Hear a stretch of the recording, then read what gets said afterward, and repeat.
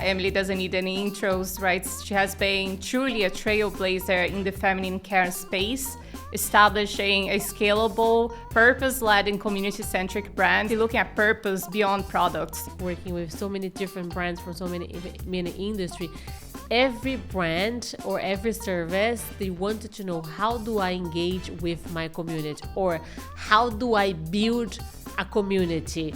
And I think that you have to really engage with people as a brand as if you're a person, and they have to trust you and they have to be open to communicating with you. As a lot of brands have a fear around criticism or a fear around feedback. Objective is never to protect the brand. Our objective is to protect the community. Because there's a lot of brands that they started a long time ago, but they didn't value the power of the community, not because they dismissed them, it's just because the way we used to do marketing was different.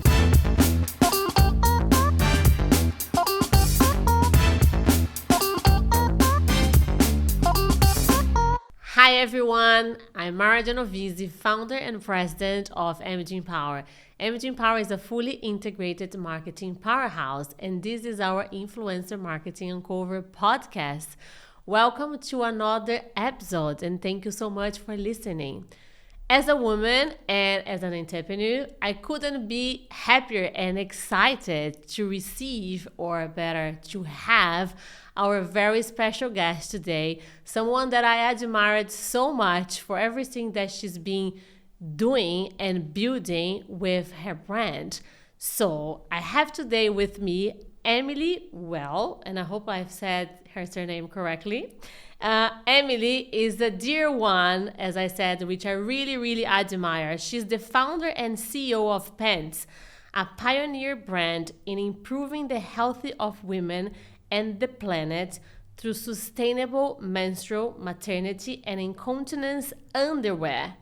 Beyond providing products of the most relevance, Emily and Pantys are opening this very important conversation around women's well-being and educating consumer and the society. And today I have the pleasure of having Paula Albuquerque, our global head of influencer marketing, as my co-host. Finally, About time, right? Influencer Marketing Uncover podcast. I'm so excited to be here with you both. Obviously, two female entrepreneurs that I admire so much. And needless to say that Emily doesn't need any intros, right? She has been truly a trailblazer in the feminine care space, establishing a scalable, purpose-led and community-centric brand. So we are very excited to be unrevealing some of your best advice in respect to just building brands for the future and just obviously looking at purpose beyond products. So very excited to be here. Welcome, Em. Thank you so much for taking the time. No, thank you guys for having me. It's such a pleasure to be with you all today. Amazing. And where are you in the world, Emily? Because I know you're traveling a lot. So tell us where. Between the US and Europe and Sao Paulo mostly, but today in Sao Paulo. We're based here as well, and we do all of our production in Brazil. So very proud to be bringing the best of Brazilian lingerie to the world. Yeah, I can say to you that I'm very proud too, as being a Brazilian, to see someone like you being the best of Brazil to the world. It makes me very happy. Today I know is a very special day for you because you're just launching Pantys in a new territory in Europe, in Netherlands. So congrats for that. And I know now in Europe you're expanding. So you have France, UK, Germany, and now Netherlands. That's right? That's correct. And then we started in 2020, during the pandemic, we saw a lot of growth in the e-commerce sector. And that's when we launched our global e-commerce site. But as in Brazil and Latin America, we've been fortunate to be a very diversified brand from a channel standpoint. A lot of brands in our space, or even, Paula, as you mentioned, like the brands for the next generation or brands of the future, are very e-commerce focused. And I do think that the digital foundation is critical for new and innovative brands. but we have our own physical stores as well. We have a lot of wholesale partners. We have a lot of brand partners like Farm and Johnson & Johnson, which we have lines with them. And in Europe, we've been fortunate to partner with a lot of respected retailers like Selfridges in London, Galeries Lafayette. We launched in September, and now we're expanding into 27 stores with them in October. And today we launched with the Divide Corp in Rotterdam and Amsterdam. So it's been a busy few months, but we're really thankful for all the traction and growth that we've seen with these new challenges. Wow, that's amazing, Emily, and well done, and so good to see like how quickly you are, scaling up the brand, and then most of all, like the interest of the market around the brand you have developed and built. So as we're talking about scaling and like bringing Pantys to the world, I'm very interested to understand, what do you think was actually the hook that got into engage with international markets? Because I wanted you to talk, before you maybe respond to the question, a little bit of the story of Pantys, right? How did you come with the idea of Pantys, right? Because I've known the story a little bit, but I would love to hear more. Yes, and also like the story of Pantys and the product itself, how that engaged to the international marketplace. And then we're going to talk a little bit about community, because I know community is something that is very embedded to Pantys. But yes, tell us a little bit of the story, because it's there's a purpose behind Pantys, right? How you started, and I wonder if that's the meaning behind the brand, and what you're trying to educate the consumers is what is actually bringing to the interest of the international market. Yeah, well, I think, we launched Pantys 5 years ago in 2017, and my background is actually in the healthcare space. So I spent about 15 years working for pharmaceutical companies in different sectors in healthcare, both in the US and Europe and Latin America. And when I moved to Brazil, I moved with Novartis, an international pharma company, and really fell in love with the market. I think that there's so few places in the world where you see end-to-end production of a number of different industries. So beauty is one of those, fashion is another one of those, where you can see everything from raw materials to fibers to fabrics and elastics to actual cut and sew.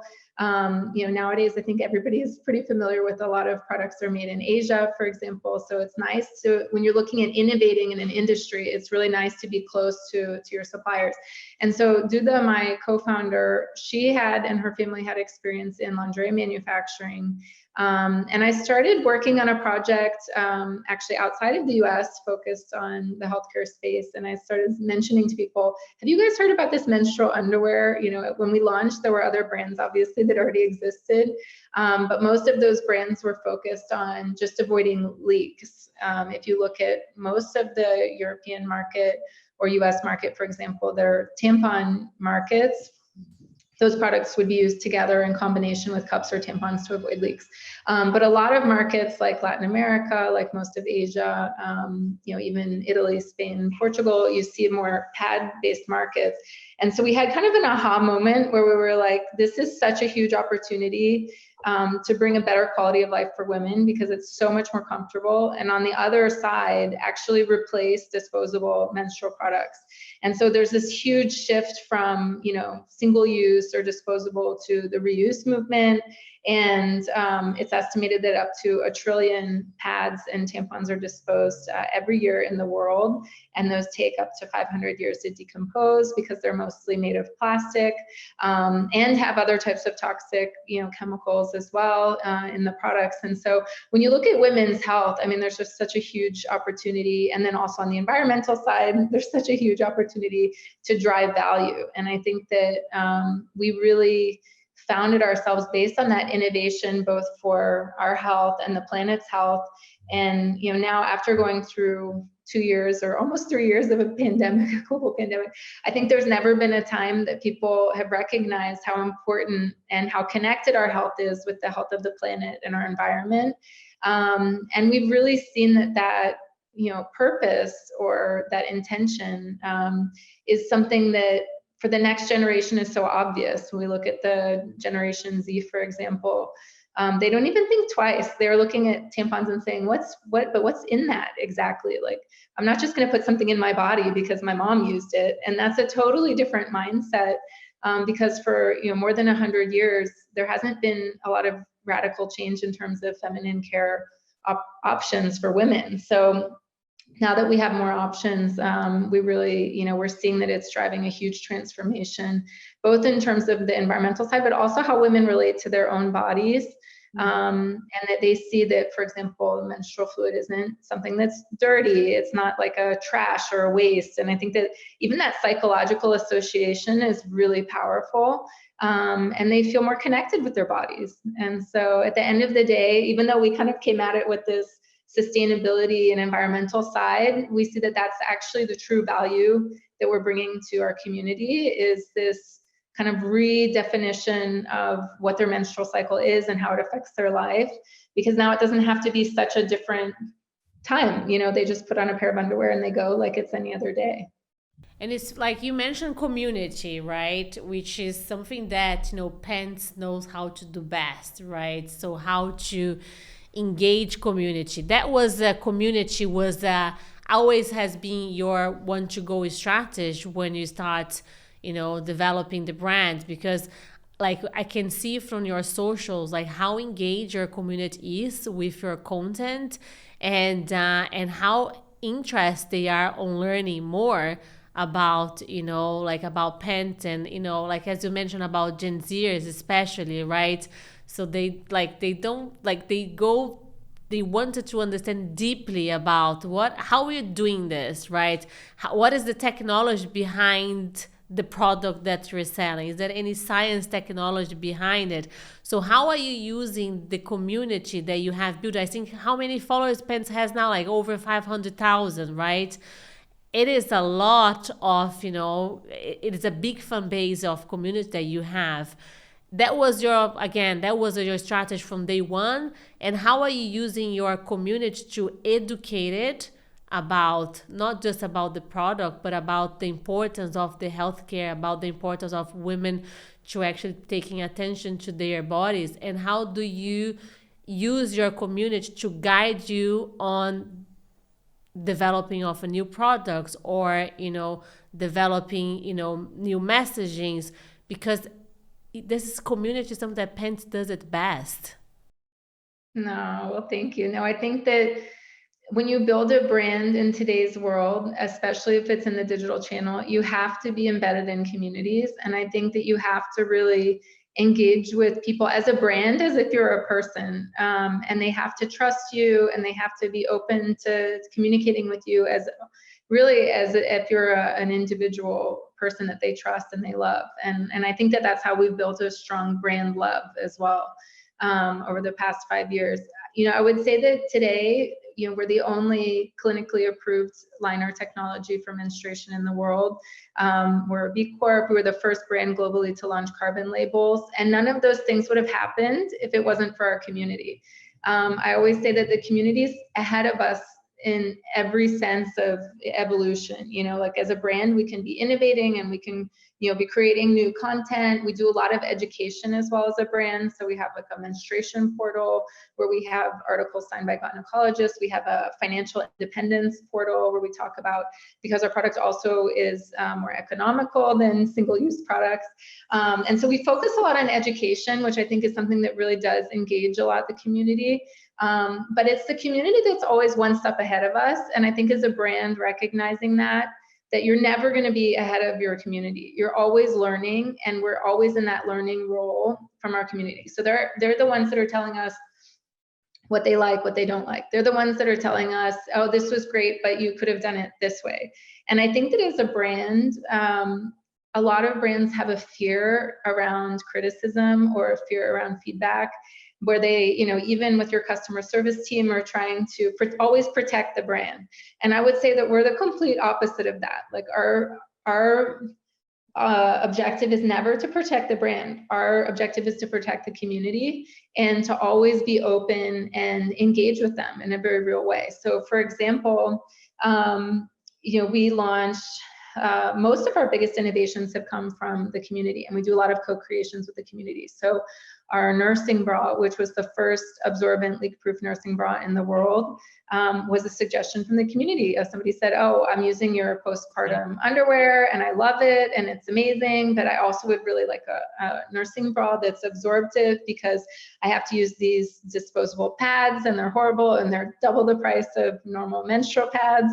And so there's all these kind of hidden, experiences that you're kind of like, oh, that does make a lot of sense. And so we say, oh, that's great. Do you want to help us with that? Do you want to be a part of that co-creation with us?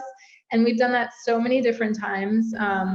So do you bring them to a table of discussion, or you do that co-creation virtually, or do you want to come with us and then you meet with them and then debrief with them and getting them part of the process? So it depends on the product that we're developing. For the nursing bra, we did that virtually, but for the boxer that we launched for trans men who menstruate, we did that collectively. So we had, and some of them it was virtually, but on calls all together, where we sent samples and we said, okay, we want you to test, we want you to send feedback on what styles you like, what colors you like.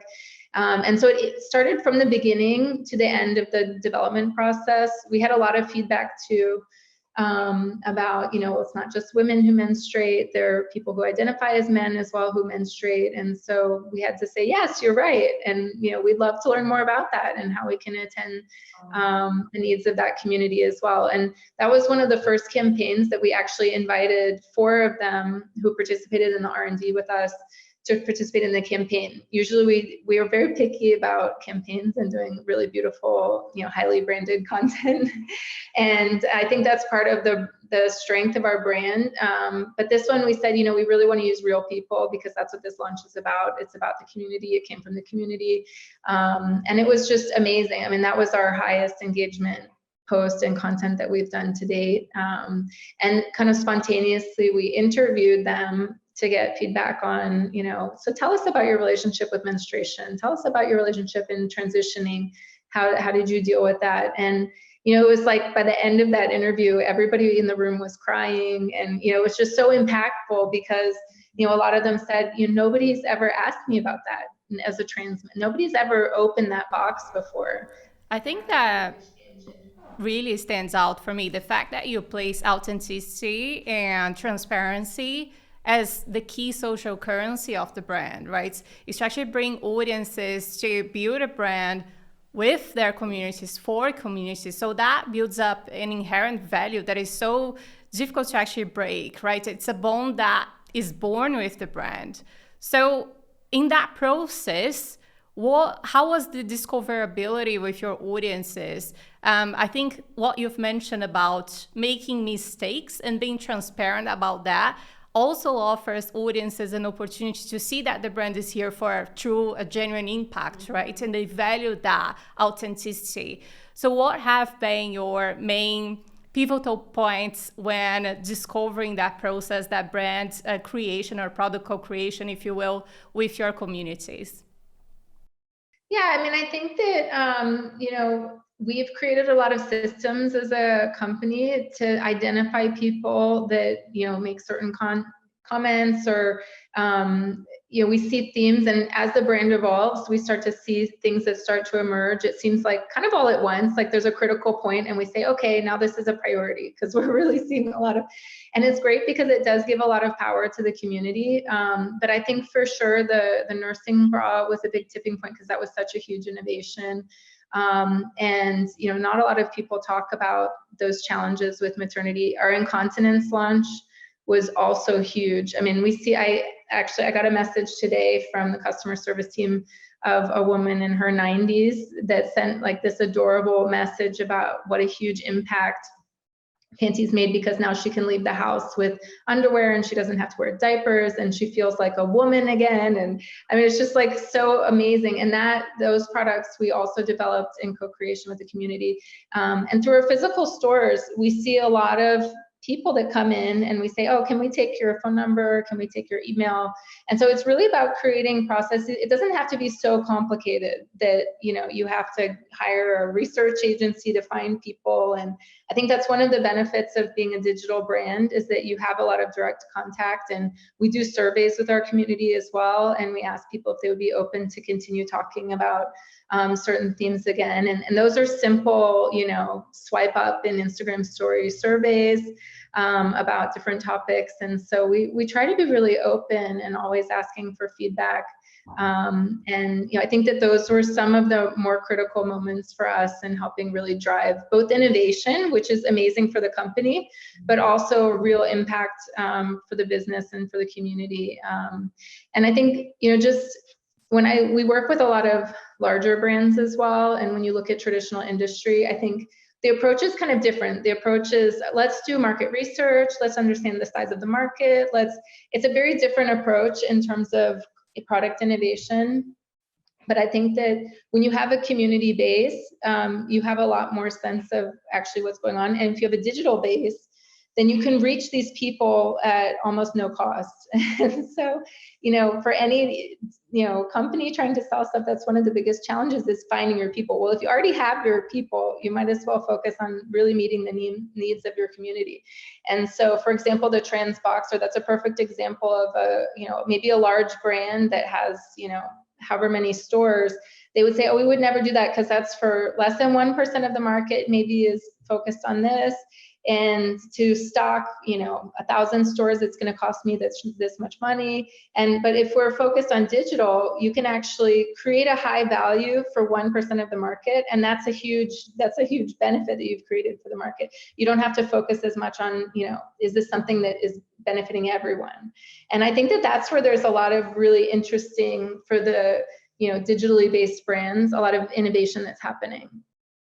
You mentioned two things, because you said engagement, right, and impact, and these two are bringing the innovation to Pants, right? Because the way you're saying and how you're engaging with your community, you're engaging with your community to create an impact, and I think that is the most successful formula nowadays, especially for digital brands.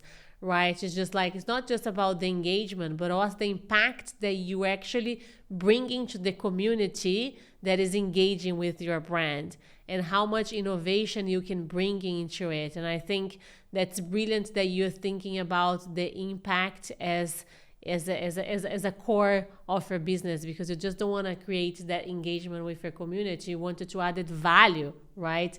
And the value is coming from the education. The value is coming from how diverse your brand is, and also like how you're adding that diversity in not just through content, but on creating products that are inclusive, which is and also letting audiences tell their brand story and adding their own perspective, just telling that story from their own lenses as well. I feel like there are so many brands that are talking about scalability and innovation, but are not looking at key-centric niches, right? Key-centric subcultures. If you can make an impact in one person's life, that's already a lot, right? So I feel like you're doing just that, and using social to connect with those sub-niches, right? Which is so important. And more than that, empowering communities to tell their story as well, to bring their own perspective on how this is revolutionizing their lives. So that becomes way more genuine, more authentic, and that ultimately builds connections with people, and it ultimately sells, right? So I feel like this is why we are seeing such a success behind Pantys, and it's literally the future for every brand that wants to succeed in a new era. Is there any, because like this is we talk a lot about community, but like working within the industry of digital marketing for the past 5 years, we have been following how the industry has been shifted, right? From like, if you think about like 6 years ago, how we used to engage social through influence and through community, we didn't know much at all. And so nowadays it is, we all know, like, again, like working with so many different brands from so many industry, every brand or every service, they wanted to know, how do I engage with my community, or how do I build a community? That is kind of the question that we have pretty much across the board with all our clients, because there's a lot of brands that they started a long time ago, but they didn't value the power of the community, not because they dismissed them. It's just because the way we used to do marketing was different, right? So yes, exactly. So now everyone understand as a brand, or even like if we wanted to just not talk just about brand, but talk about creators, right? So how do creators how creators engage more with their followers, with their community, is when they bring the raw of their personality, right? When they are very authentic to themselves, is when they start engaging more with their community and getting them to be part of their day-to-day life and engage with brands when they're promoting brands. On your view, is there any secret or any formula to build a community or to engage with a community, or on your perspective is something that's no secret? It's a natural way of engaging with a brand, is engage with a community, because there's a lot of brands that are trying to do what you're doing right now. But if you force it, it's not going to come across as authentic. And literally, authenticity for me is the social capital that keeps the bond between those genuine connections, right? It's exactly what's going to connect a brand with its consumers. As influencers are leading those conversations with those communities, normally is what drives interest for a product or a brand. Because Pantys is doing that so well from the day one. Yeah. That, is always being your way to strategy. Like, let's start building this brand and let's make the community at the forefront of this brand. Yeah, I mean, I think that beyond authenticity, which is essential, and I think that especially the younger generation, they can kind of call BS very quickly if they see that a company is not communicating in a way that's very transparent, or a way that's not, aligned with their values. I think they pick up on it very quickly. But I do think that, listening to criticism, like I mentioned, and looking for innovation and opportunities to drive value, and not just in products, because I gave a lot of examples of products, but also things like, our carbon label that we developed. We're the first lingerie brand in the world to create a carbon label, the first in the fashion industry in Brazil. That was a request from our community too. And so it's just amazing that people ask questions and say, well, what about the life cycle of the product? And we're kind of like, you're right. Like, we should have a way of communicating the life cycle of our product. But I think that beyond that, if you're looking at creators like influencers, brands have a potential to help. You have to think about how you can help them. So, menstruation and women's health and our bodies are huge content areas for creators. And so I think you have to find that ways to authentically engage with creators in the market, but also make it easy for them to talk about your brand and talk about your products. And I think we've always been very friendly and open to engaging with influencers in various markets. And also we try to make that easy for them, and, sending them content, sending them products, sending them examples of work that we've done that they can talk about. And, I think that kind of opens some eyes and makes it easier for these, thousands of creators in any market to then say, oh, actually, I would like to talk about menstrual cycles because I had allergies to tampons or pads my whole life, and this product actually created a meaningful impact for me. And I think that's where we've really seen, not just in our consumer community, but also in our kind of influencer community, a lot of real traction, is that we try to help them do their job as well as a brand. I think that there's a lot of opportunity to do that. And it's not just about them helping Pantys, but also us helping them. And it's so true. I spoke in a conference 2 weeks ago, and that was one of the topics that I've discussed with the audience.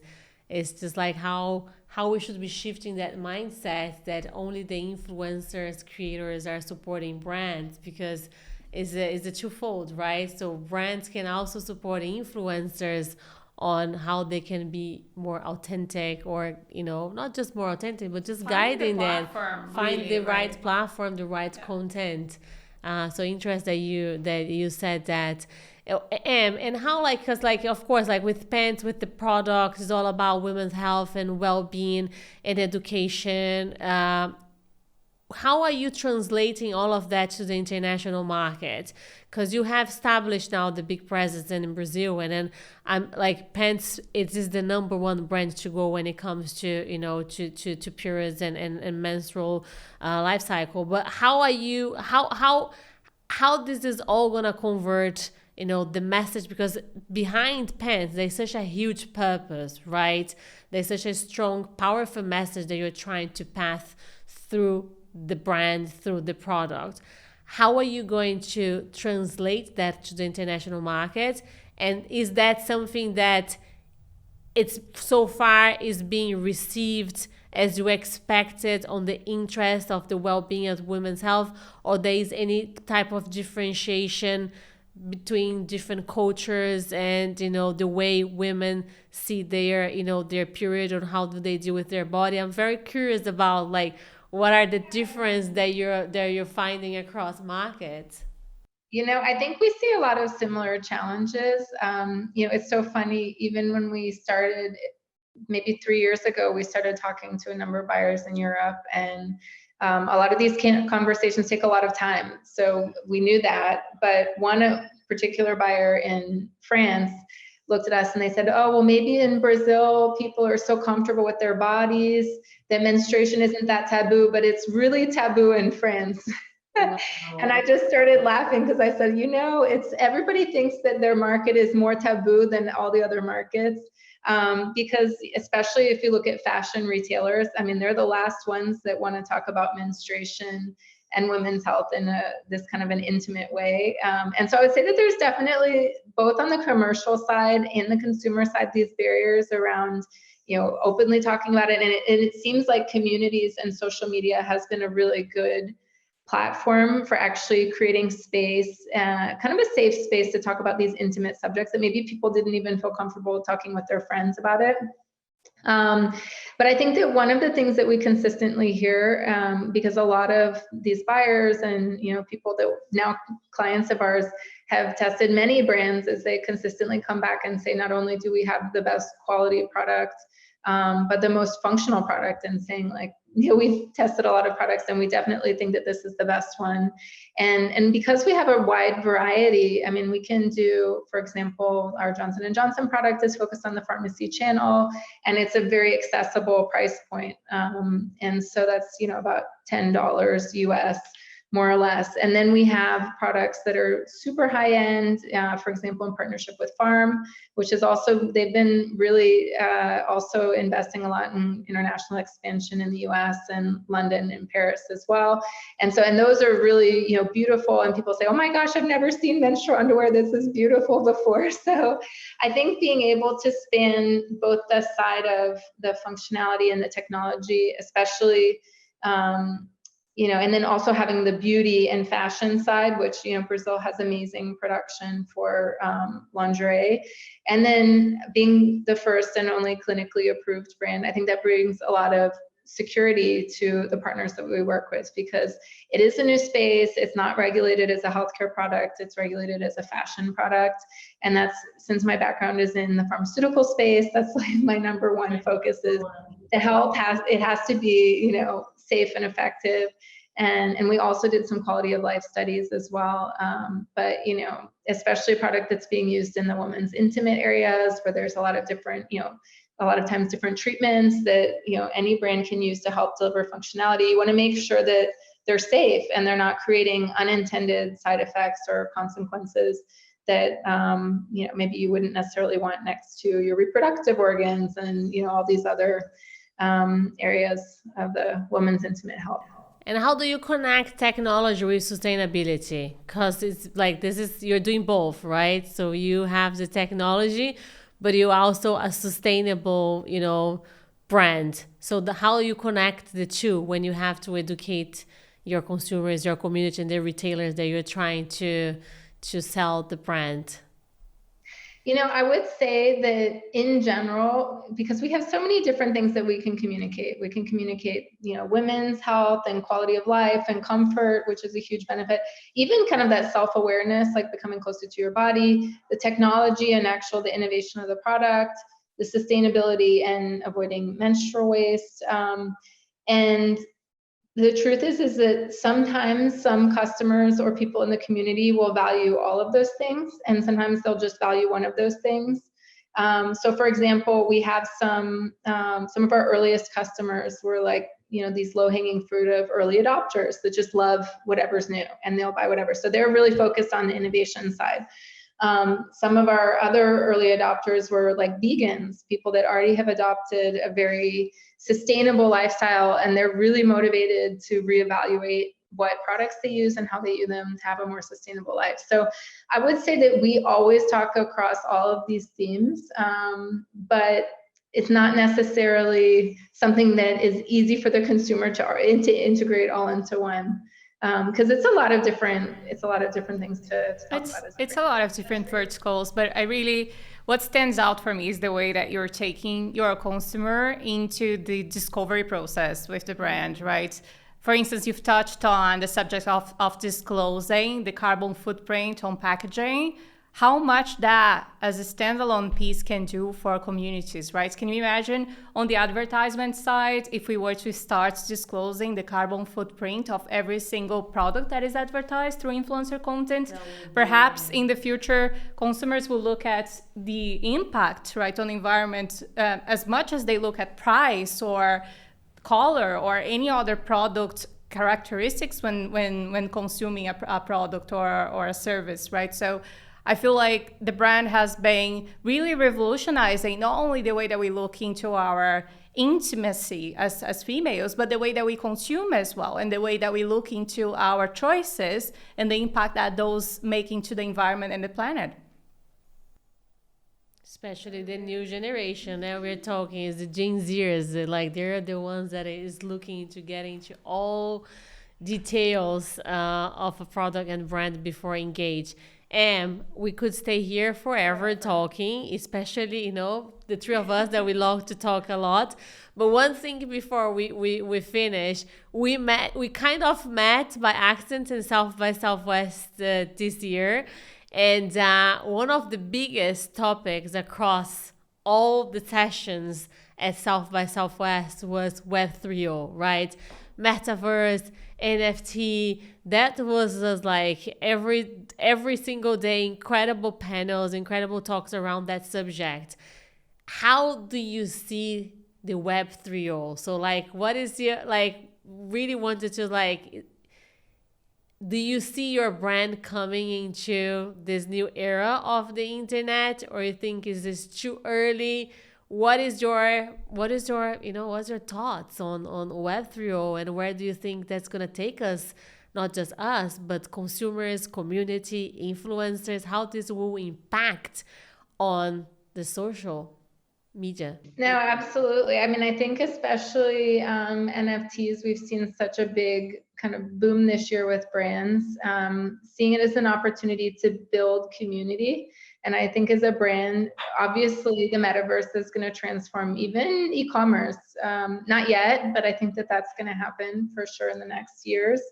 But I think that in terms of building community, NFTs have such a huge opportunity to almost let your community be co-owners. I've seen some really interesting, innovative models of investing, even through NFTs. So if you see startups like Pantys or other startups saying, okay, in order to, instead of investing and you have shares, now you have a token, and that's part of the business, and you're invested in the business, and you can sell that token at a future date. We haven't done that yet, but I cannot wait for Pantys token. That would be amazing. Can you imagine? And then when I look at a virtual connection with community and yes, metaverse experience would be incredible to create the world of pants, right? And how to continue to educate women about their well-being and how to, looking at, to their period as, as something that it's natural, and it's fine, that they don't need to be, that doesn't need to be a taboo, as you said, right? And like, yes, this it's like I am personally, as I said to you at the beginning, I'm a big fan of the brand. I am a consumer myself, and I haven't, before meeting you, I never have tried before.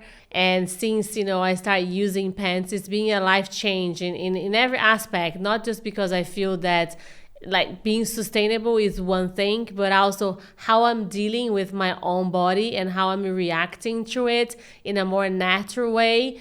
Thank you so much for your time. And we're looking forward to continue to see the evolution of Pants across so many other markets. And again, we're a big fan, and thank you so much.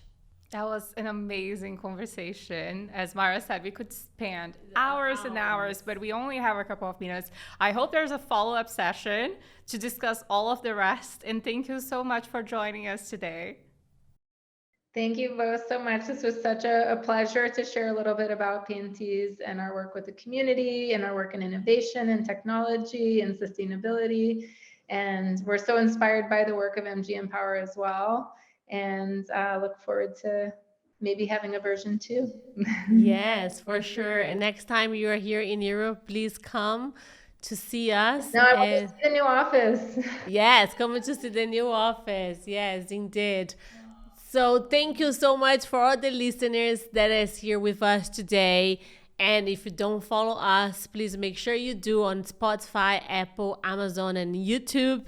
And thank you again for listening. Hope you have enjoyed our conversation. And I'm looking forward to see you all on our next episode. Thank you so much for being tuned with Influencer Marketing Uncovered podcast. See you next time.